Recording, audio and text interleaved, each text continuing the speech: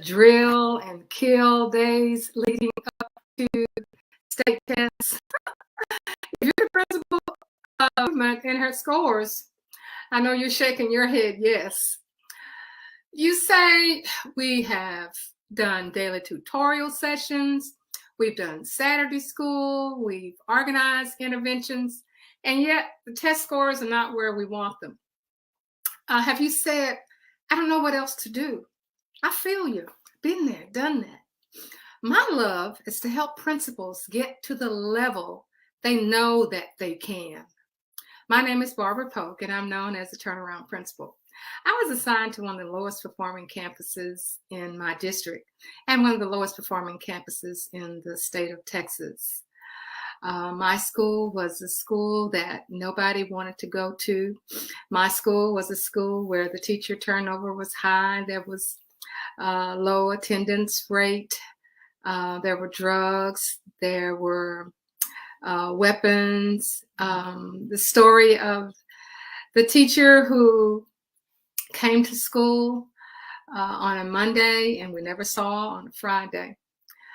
The school that I was assigned to, when the word got around that I was assigned to that school, my colleagues said they didn't know whether to say congratulations or you have my sympathy. It was just like that. But you know, I realized because of the history that I had when I was terminated. Hey, Taria, when I was terminated as a principal and I just didn't know why, I understood that it was my purpose to be at that school because those students were pretty much like me. You know, they just needed somebody to help them. They needed somebody to go the extra mile. And that's what I believe our calling is. If you are the principal of a school that is in need of improvement, or the principal of a school that just wants to get to the next level, then what we're going to be talking about tonight, and our topic is an engaged learning environment improves test scores. This topic is specifically for you if you're the principal in a school that's struggling, but you're committed to getting your scores up. Let me tell you I'm going to tell you some of the most important things about engaged learning environment that I learned that helped to turn my school around. But before we get started, let's go on and see who we have with us. If you would put your name and your position in the comment section. If you have any questions, just ask any questions. We'll be happy to answer those questions. And if you have friends, invite your friends, because we'll be talking about something that is usually not dissected as one of the causes for low scores, but is one of the causes for scores to increase. Also, you can hit that share button and the subscribe button. So I remember when I was assigned to the lowest performing campus in my district, and I had to depend upon those people who were on my campus, those teachers who had been there for years, those substitutes who had been there. That's all I had. That's all I had to turn to. But what I found out is that there are some things that will help you as the teacher and the principal of a school that is challenged. And we're going to be looking at two things. We're going to be looking at, let's see, we're having some problems here. Okay, wait just a minute. Okay, we're going to be looking at two things tonight. We're going to be looking at motivation, student motivation. That's number one. And number two, we're going to be looking at student active learning. So what does that mean when we talk about student motivation?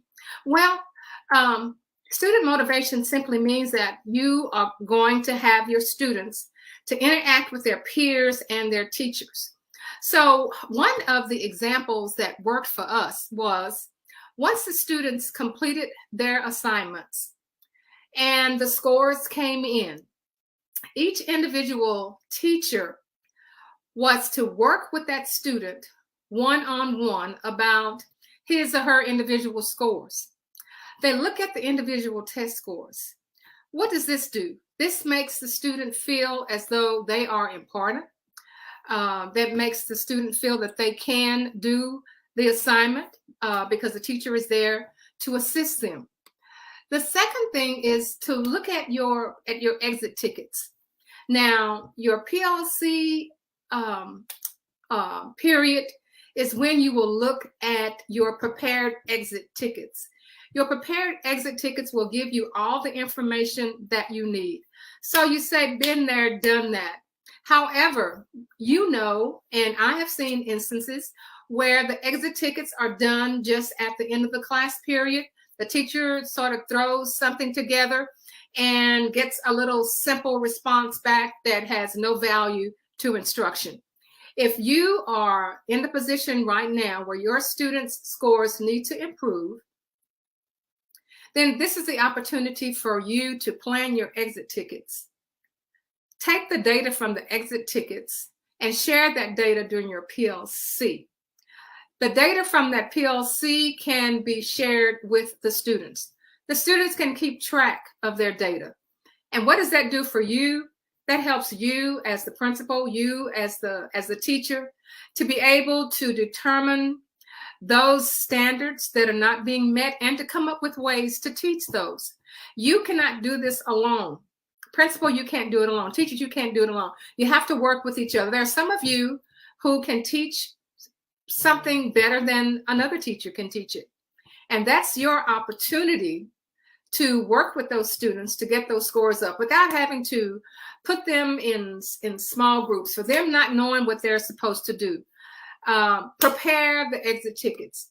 The next thing that you can do is to have active student learning. Active student learning simply means that one thing that you can do is you can increase your instruction time. So you say, well, my goodness, how can I increase the instruction time? Well, if you are a leader, if you are the principal assigned to that school, it is up to you to listen to your teachers. And one of the things that was successful for us was to change our instructional time. Now you say, wow, change the instructional time? Yes. So you can modify your instructional time. You can get with your teachers, have your teachers to decide this particular schedule that we on is not working. I'm not able to see the students that I need to see right now. I need to see the students who are working on standards 6.2 to 6.6. Hey, Stephanie, I need to see those students. And that is what I mean by changing the time, increasing your time so that you can focus on those students and in those content areas and in those standards. We drill and we kill. We drill and we kill. You know, it's just like shooting buckshot. It doesn't hit the target. It's just all over the place. But when we have increased student time, when we use the data from our exit tickets, then we're able to focus on those students that need the most assistance and in those particular areas.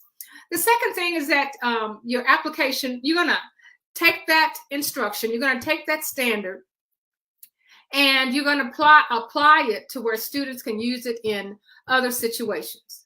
Change the environment. You may not want to stay in the classroom. You may want to move outside. You may want to move to another setting.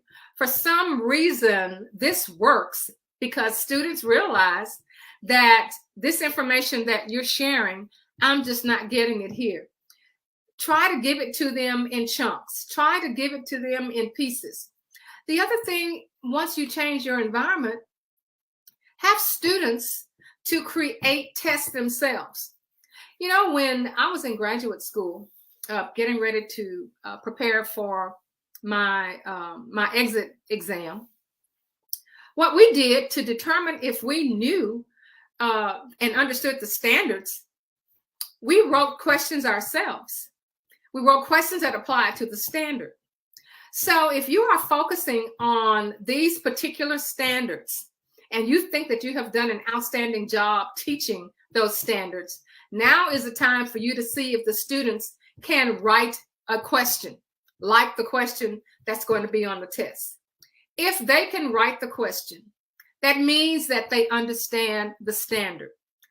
You can have them work in groups. You can have them work alone. You can show them how to write the questions. Teach them the standard and then have them to develop the question. Have them to work in small groups. Have them to teach each other. You know, with all of our education and with all of our background, we know how to teach the world, but we don't know how to teach some of the students that are in our classes. But those students who are sitting right there in front of us, they can teach each other better than what you can teach themselves. So what we're talking about is being a leader and being a teacher that is not mediocre, how we can engage students in the learning process by improving the environment. You can improve your environment principles when you make your announcements in the morning. We improve the environment by having our particular saying every morning. Our students were happy to come to school. They were happy to work with their teachers. Now, did all students come to school happy? Absolutely not. Does this take time? Yes, it does. But when you can have the motivation and when you can change the activities that's going on in your building, then you can start to see the changes. These are the changes that we made where we applied changing the environment, when we applied the PLC results and analyzing those results and getting those teachers to teach those results that they were good at. These were things that helped us to be able to succeed as we did. So let's not do the drill and kill.